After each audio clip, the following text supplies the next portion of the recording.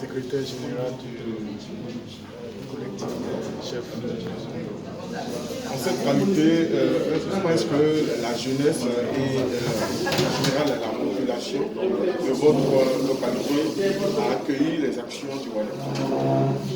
Comme on le dit, WANEP est venu avant les élections passées et a tenu en haleine la population pour lui expliquer bien la paix concernant les élections.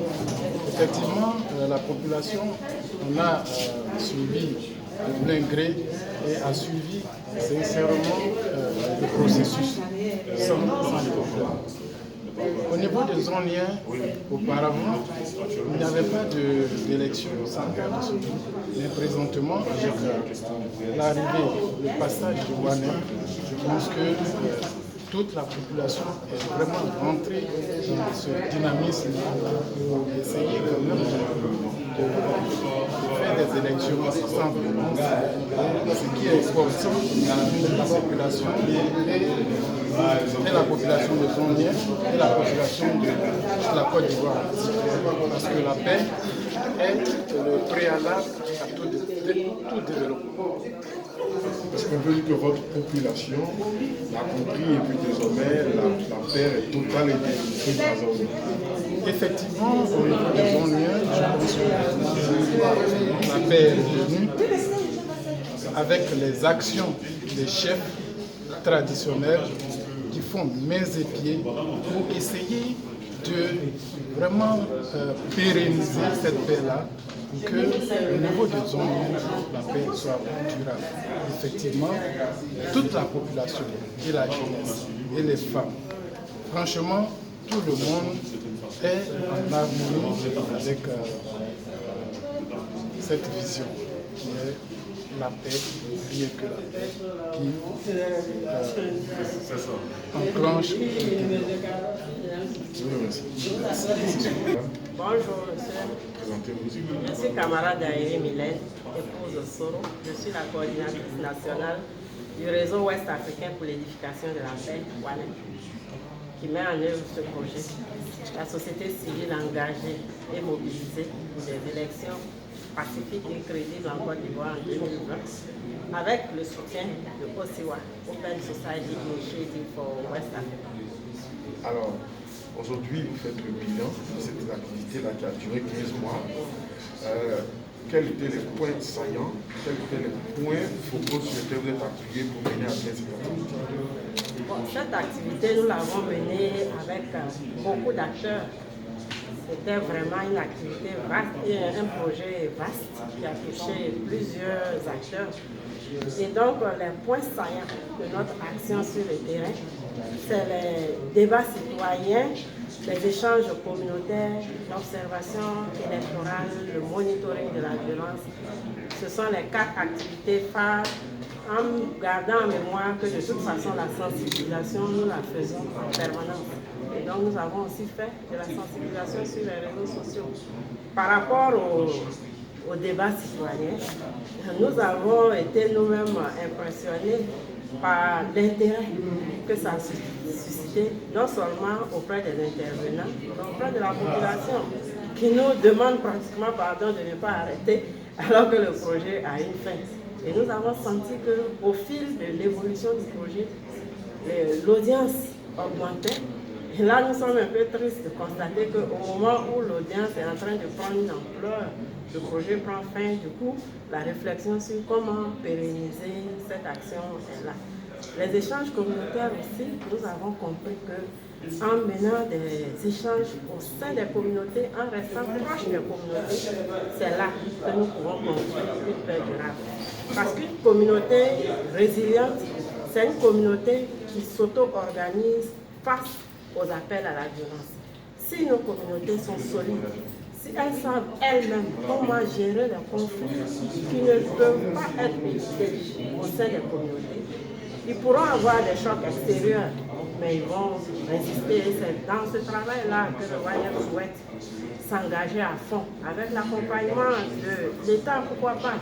Parce que les projets ont toujours une durée limitée. alors que cette action a besoin d'être pérennisée. Donc nous faisons un clin d'œil à l'État pour nous accompagner durablement sur ces questions. Notamment par exemple en nous donnant un statut d'utilité publique pour nous mettre plus à l'aise pour des actions de longue envergure, pour mener des projets de 5 ans ou des programmes où nous pouvons mieux structurer notre action et produire des impacts vérifiables et vérifiés par tout le monde. D'accord, nous allons revenir sur ce bilan-là. Avez-vous pleine satisfaction? Bon, on ne peut pas. Ce que nous avons voulu faire, nous l'avons fait. Nous avons obtenu des résultats satisfaisants par rapport aux objectifs que nous nous sommes fixés. Mais la paix n'est pas encore acquise pour la Côte d'Ivoire. La paix même, de toute façon, elle n'est jamais acquise. Même quand on est en paix, il faut travailler à la maintenir. Donc nous avons satisfaction sans que le travail soit fini. La Côte d'Ivoire n'est pas encore tout à fait apaisée. La Côte d'Ivoire n'est pas encore à l'abri de guerre, même civile, ainsi de suite. Et c'est notre responsabilité de faire en sorte que ce risque-là ne se réalise jamais. Donc ce travail, nous le continuons, nous sommes passionnés, nous voulons que notre Côte d'Ivoire soit chaque jour un peu plus apaisée. Mais si ce travail vient de finir, on va toujours maintenir le cap. Quelle sera la prochaine étape? Bon, la prochaine étape, en fait, là, nous avons fait le bilan d'un projet. Ce n'est pas le seul projet que nous avons. Osiwa n'a même pas attendu la fin de ce projet pour nous demander de continuer après ce projet-là à faire le monitoring de la violence, à mener des actions communautaires. Donc nous en avons encore pour 6 mois d'activité avec Osiwa sur un autre projet, sur la même thématique, le monitoring et les réponses en milieu communautaire pour renforcer la capacité des populations à résister à la violence. Par rapport, nous avons aussi d'autres activités. Nous avons le projet avec l'Union européenne sur les mêmes questions de violence.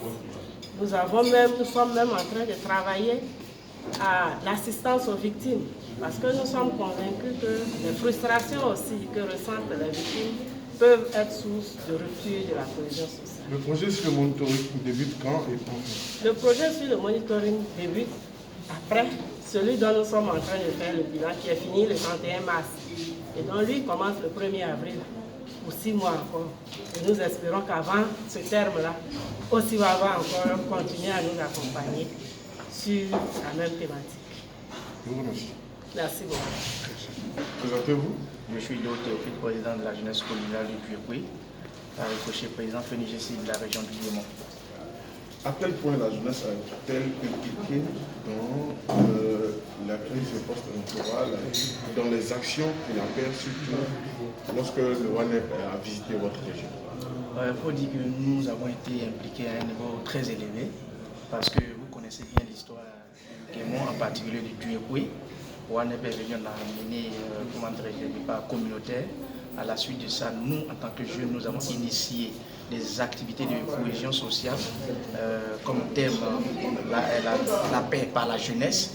Et on a fait des tours d'horizon en parcourant les villages pour expliquer le bien fondé de la paix, parce que seule la paix pourra vraiment apporter le développement dans notre région.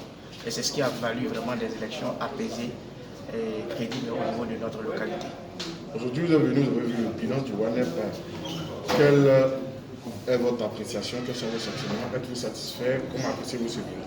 Bon, moi je dis que le bilan ne pourra pas être satisfaisant à 100%, mais à 80% il est satisfaisant, mais il reste beaucoup d'autres choses à faire quant à ce qu'on a relevé tout à l'heure, le fait de pérenniser les actions sur le terrain, le fait d'accompagner les acteurs sur le terrain, parce que sans eux, organisations internationales ou nationales, les populations ne pourront pas aller de l'avant, donc il faut les accompagner. Mais en conclusion, il faut dire que les actions menées ont été vraiment de taille et ont apporté vraiment une amélioration au niveau de la population, surtout dans le sens de la cohésion sociale. Merci. C'est moi qui vous remercie.